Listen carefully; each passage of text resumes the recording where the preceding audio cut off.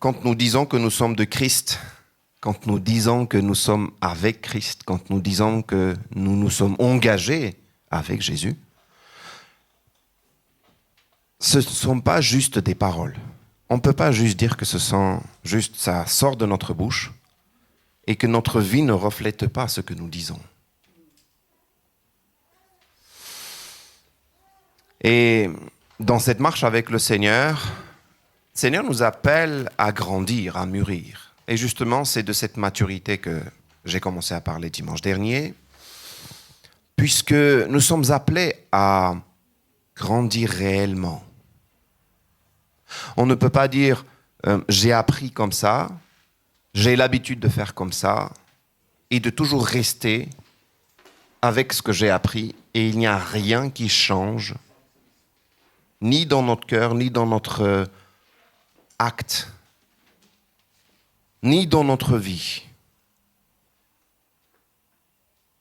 J'ai commencé dimanche dernier par dire ce qui n'est pas la maturité.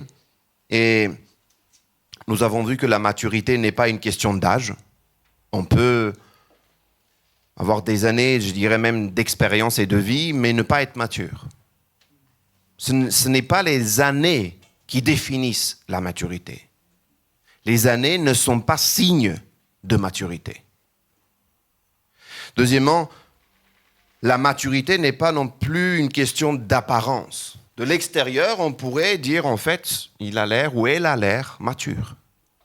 Mais l'apparence n'est pas suffisante pour déclarer que cette personne est une personne mature.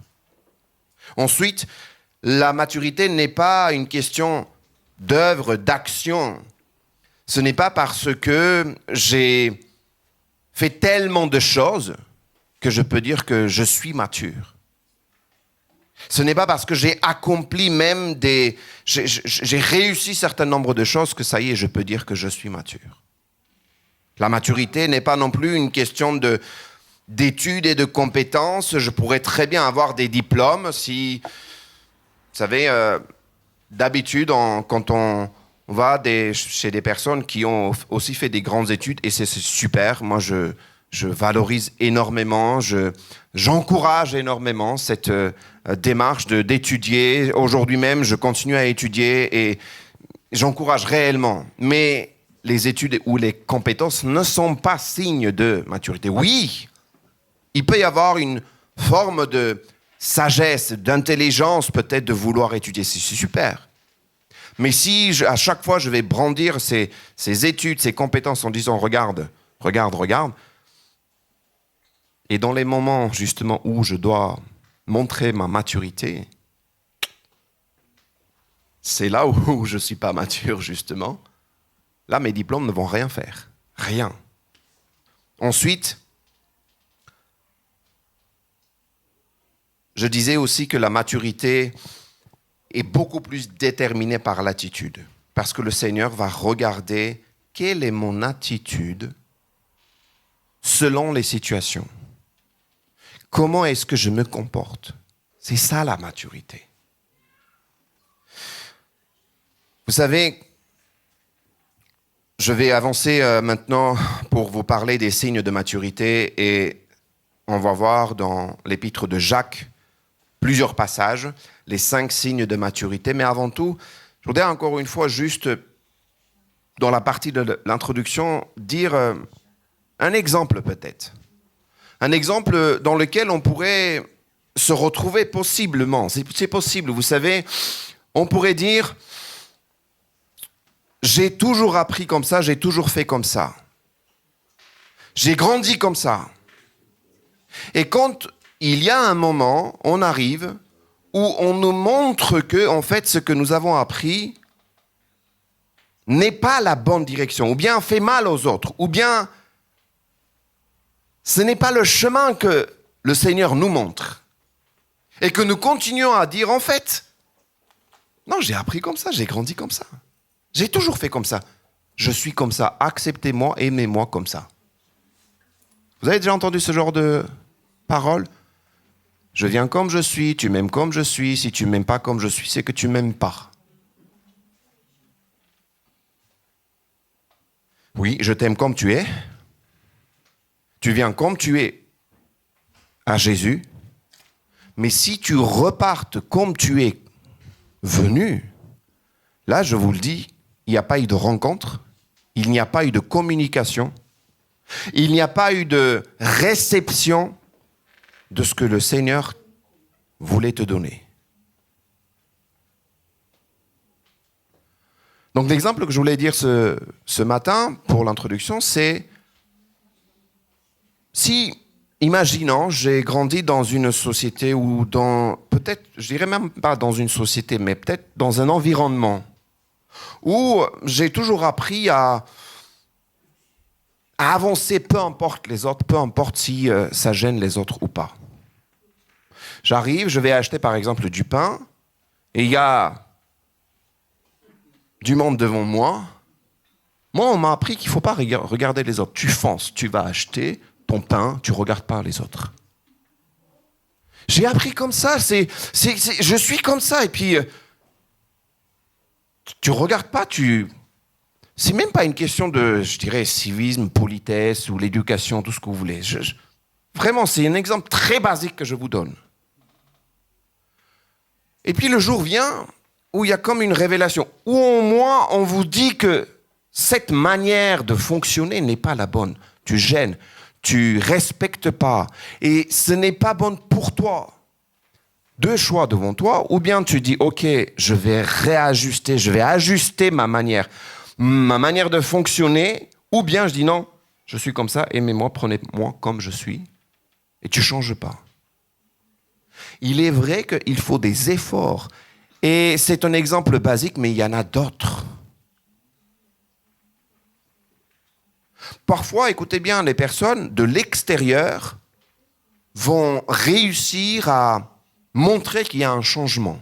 C'est-à-dire que tes paroles, les mauvais mots qui vont sortir de ta bouche, tu arrives à ne pas dire. Certaines personnes, peut-être les actions, vous savez, ils vont arrêter de les faire.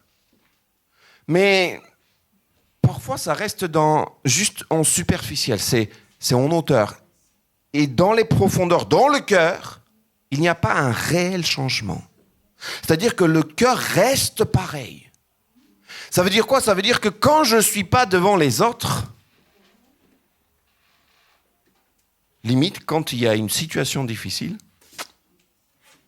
j'agis, je pense, je fais toujours pareil, je boude, je suis toujours pareil. Il n'y a rien qui a changé dans mon cœur. Et ça, c'est terrible. Alors que le Seigneur nous invite à ajuster, à ramener notre attitude, pas seulement nos paroles, mais notre cœur, pour que nous puissions lui ressembler le plus possible à Christ. C'est à cela que nous sommes invités. Nous sommes invités à ressembler à Christ. Tu ne peux pas juste dire, ok, là j'ai réussi, c'est bon, je continue, je suis sauvé, je fais ça, c'est bon, ça suffit. Non, tu es appelé à grandir, tu es appelé à mûrir. Maintenant, je voudrais m'arrêter justement sur ces 5 signes de maturité. Prenez avec moi Jacques, chapitre 1er, s'il vous plaît. Jacques, chapitre 1er. Si vous entendez des bruits ici dans la salle, sachez qu'il y a une traduction en arménien par là-bas. Il y a une traduction peut-être aussi en turc ici. Et le reste, je prie qu'il y ait une traduction dans la langue spirituelle, une révélation dans le cœur de chacun, moi le premier. Jacques, chapitre 1er, versets 2 à 4. Mes frères, considérez comme un sujet de joie complète les diverses épreuves que vous pouvez rencontrer, sachant que la mise à l'épreuve de votre foi produit la patience. Mais il faut que la patience accomplisse une œuvre parfaite afin que vous soyez parfaits et accomplis et qu'il ne vous manque rien. Plus loin, au verset 12, il dit « Heureux l'homme qui endure l'épreuve, car après avoir été mis à l'épreuve, il recevra la couronne de vie que le Seigneur a promise à ceux qui l'aiment. » afin que vous soyez parfaits, nous arrivions à une stature, nous arrivions à un moment où on pourrait dire il est parfait. C'est vrai que parfait, ça n'existe pas. Beaucoup le disent, non, je ne peux pas être parfait. Je ne suis pas parfait, tu n'es pas parfait. C'est vrai. C'est la vérité. Disons une chose. Si vous voulez vous déresponsabiliser, vous dites non, ça ne me concerne pas, je ne peux pas être parfait, du coup vous ne faites pas d'efforts. Je pourrais dire ça peut être aussi appelé de la paresse. Alors que le Seigneur regarde tes efforts, il honore tes efforts et il regarde ce que tu fais. Et la question, premier signe de la maturité, vous savez c'est quoi? C'est est-ce que dans l'épreuve, je garde ma paix, je garde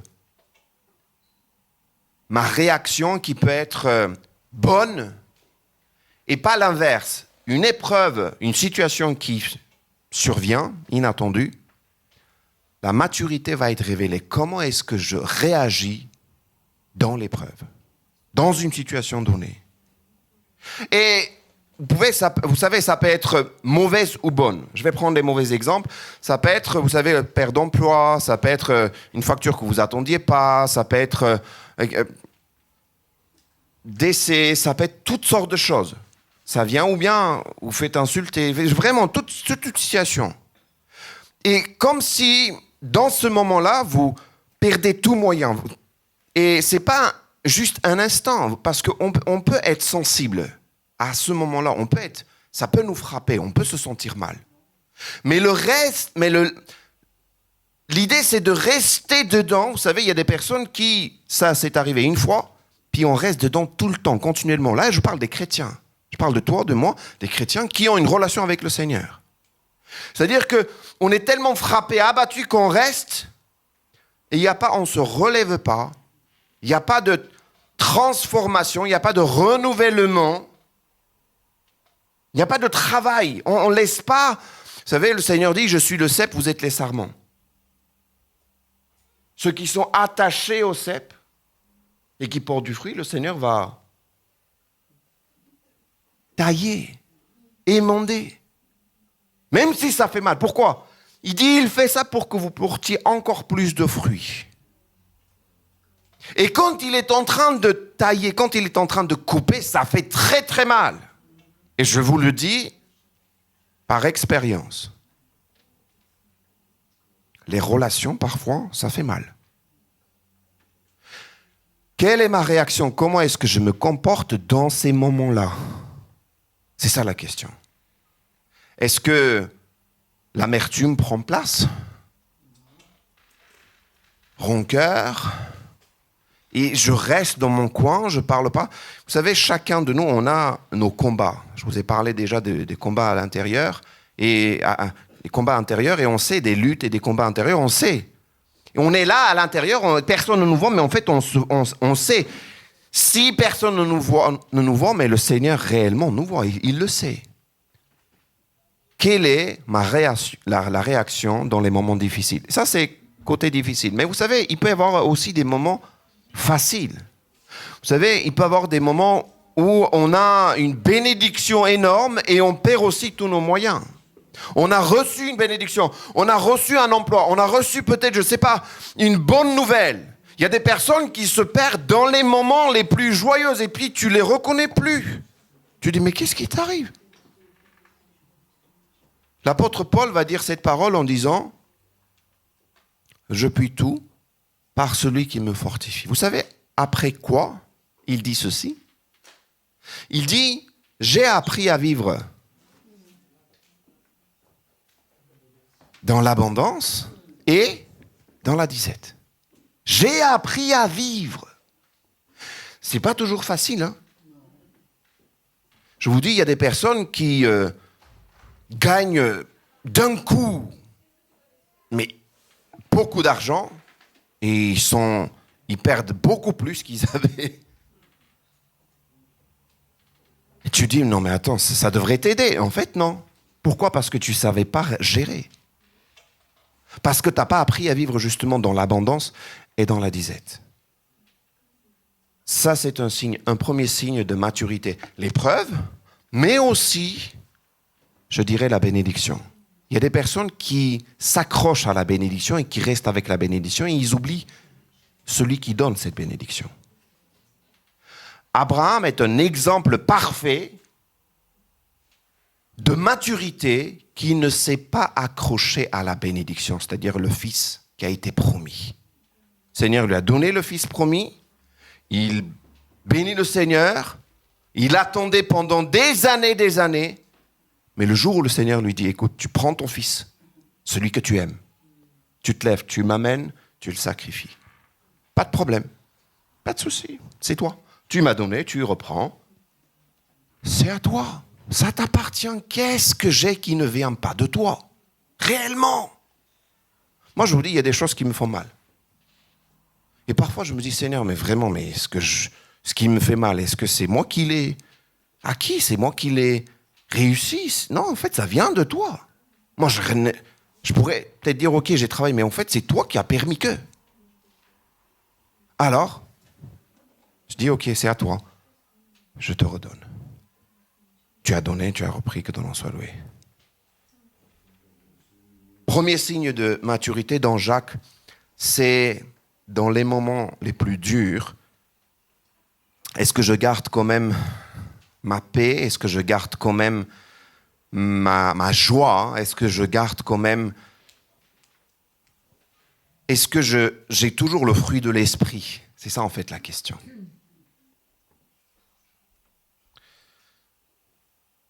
Je regarde l'heure, je crois que je ne vais pas pouvoir voir tous les 5 signes, mais je vais déjà commencer les 2, voire 3, et s'il faut, on continuera dimanche prochain.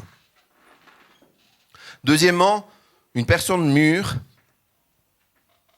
est sensible aux autres. Jacques chapitre 2, verset 8 nous dit, « Sans doute, si vous accomplissez la loi royale selon l'Écriture, tu aimeras ton prochain comme toi-même, vous faites bien. » Vous savez, si réellement on pourrait parler de quelqu'un qui est mûr, qui est mature, on ne peut pas parler de cette personne qui ne pense qu'à lui ou qui n'est pas réellement sensible aux autres, qui n'aime pas les autres, qui reste réellement à l'écart des autres et puis qui s'intéresse même pas des autres. L'apôtre Paul va dire concernant une personne qui va faire des œuvres énormes, va faire me déplacer peut-être aussi des montagnes, va comprendre aussi des langues spirituelles, il va faire des énormes miracles, mais si il n'aime pas, si cette personne n'aime pas, ça ne sert à rien, c'est juste du bruit. Il y a des personnes qui aiment faire des grands trucs, mais quand il s'agit juste de prendre soin de quelqu'un, absent. On remarque beaucoup chez les enfants, vous savez, ce côté d'immaturité. Je m'explique. Ce sont plus des enfants qui vont dire, ça c'est à moi, donne-moi, c'est à moi, je ne partage pas, je ne donne pas. C'est normal, c'est un enfant, il faut que l'enfant apprenne. L'enfant doit apprendre à partager, à donner, à penser aussi aux autres. Et il n'est pas à dire, non, d'abord moi, après moi, tout le temps moi. C'est toujours moi, jamais l'autre. Moi, je me sens bien et puis les autres, non. Et parfois, chez les adultes, on voit la même chose. Alors que, encore une fois, la maturité se voit dans le fait de penser à l'autre, prendre soin de l'autre.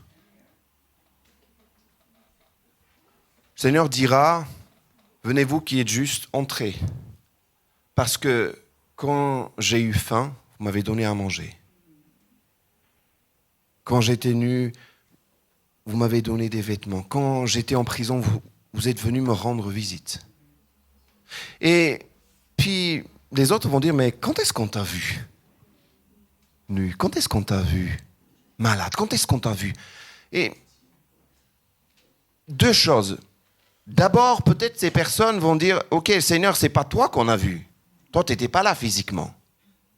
La deuxième chose que j'aimerais dire aussi, c'est que Les personnes sont tellement déjà mélangées avec le caractère de Jésus, c'est-à-dire devenues comme le caractère de Jésus, qu'ils le font tellement naturellement, ils ne se rendent même pas compte que quand est-ce qu'ils ont fait ça.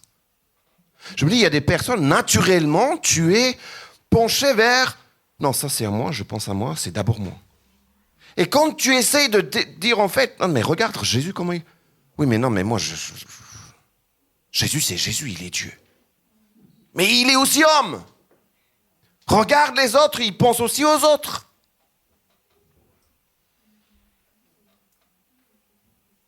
Non mais moi, je ne peux pas changer, j'arrive pas à changer. Oui d'accord, tu peux pas, j'arrive pas, tu n'arrives pas. C'est pas ça le problème que tu n'arrives pas. Le problème c'est, est-ce que tu veux changer? Est-ce que je veux changer? Moi, je vous dis, ça fait mal de changer. Je vous le dis, hein. Il y a des moments, je me dis, Seigneur, est-ce que j'arrive, Seigneur, encore à passer le niveau ou les tests de tel domaine dans mon cœur? Là, je parle personnellement, moi, Emmanuel, c'est de moi que je parle. Je me dis, est-ce que je suis en train de repasser encore le test dans ce domaine-là? Où j'ai encore besoin, ça fait des années que je marche avec toi, je dois encore faire du travail sur ce point-là. Il faut vraiment que tu m'aides, Seigneur. Mais est-ce que je veux changer? Est-ce que je fais des efforts? Est-ce que je travaille? Est-ce que je prends du temps? Est-ce que peut-être je prie, je jeûne réellement? Et c'est pas une question, vous savez, parfois on dit oui, ce n'est pas toi qui fais, c'est lui qui fait. Mais en fait, c'est deux, tous les deux. C'est une collaboration. Lui et moi et lui. Si ce n'est que lui qui fait, je fais rien, je deviens une marionnette. Vous me suivez ou pas? Mais si je dis que ce n'est que moi qui fais, c'est pas lui qui agit, non. Il me révèle, il agit et j'obéis à ce qu'il me dit. Là, la gloire lui revient, mais j'avance, je grandis.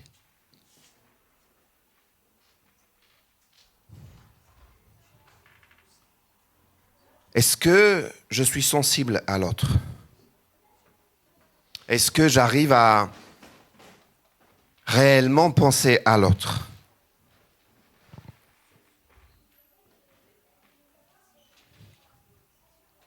Parce que si je fais même les choses qui me dépassent, même en faisant des efforts, même peut-être difficilement, le Seigneur me dit, c'est à moi que tu as fait quand tu as fait à l'autre.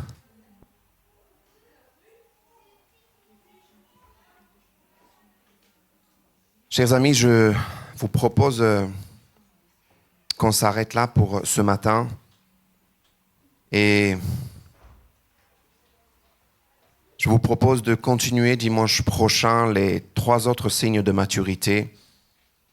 Je l'ai déjà dit dimanche dernier, mais je vous rappelle, une personne mûre a la maîtrise de sa langue. Une personne mûre est un artisan de paix et pas un semeur de troubles. Et une personne mûre a de la patience et elle est active dans la prière, même si elle n'a pas encore reçu ce qu'elle a demandé. Personnellement, je suis profondément convaincu qu'il est possible qu'il y ait un changement et une transformation. Je l'ai dit dimanche dernier. Parce que si je dis que ce n'est pas possible, je ne crois pas dans ce cas-là à un Dieu tout-puissant qui est capable de changer. Si je continue à répéter en disant « Non, je ne peux pas, c'est impossible, je ne change pas, j'arrive pas, ceci. » Oui, tu n'arrives pas, mais en fait, c'est possible de changer. Parce que tu es entre les mains de celui qui peut tout. Je vous dis tout. Et nous sommes tous appelés à lui ressembler réellement. Nous sommes appelés petit à petit, pas à pas, chacun à son rythme, ressembler de plus en plus à Christ. Christ. Nous disons que nous sommes chrétiens, nous disons que nous sommes croyants, nous disons que nous marchons avec lui. Nous ne pouvons pas continuer à faire autre chose. Nous ne pouvons pas continuer à vivre autre chose. Et déclarer que nous sommes lumière. Et déclarer que nous sommes le sel. Tu ne peux pas, spirituellement impossible. Tu n'auras pas d'impact. Mais Seigneur, oui, je n'arrive pas. Oui, j'ai besoin de toi. Oui, j'essaye. Viens m'aider. Regarde les efforts. Et Seigneur, vois tes efforts. Il regarde ton cœur. Il regarde mon cœur.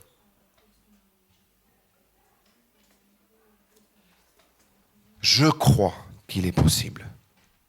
Je crois véritablement qu'il est possible que je puisse le ressembler de plus en plus. Et le fruit que je puisse porter lui donne toute la gloire. Alléluia. Amen.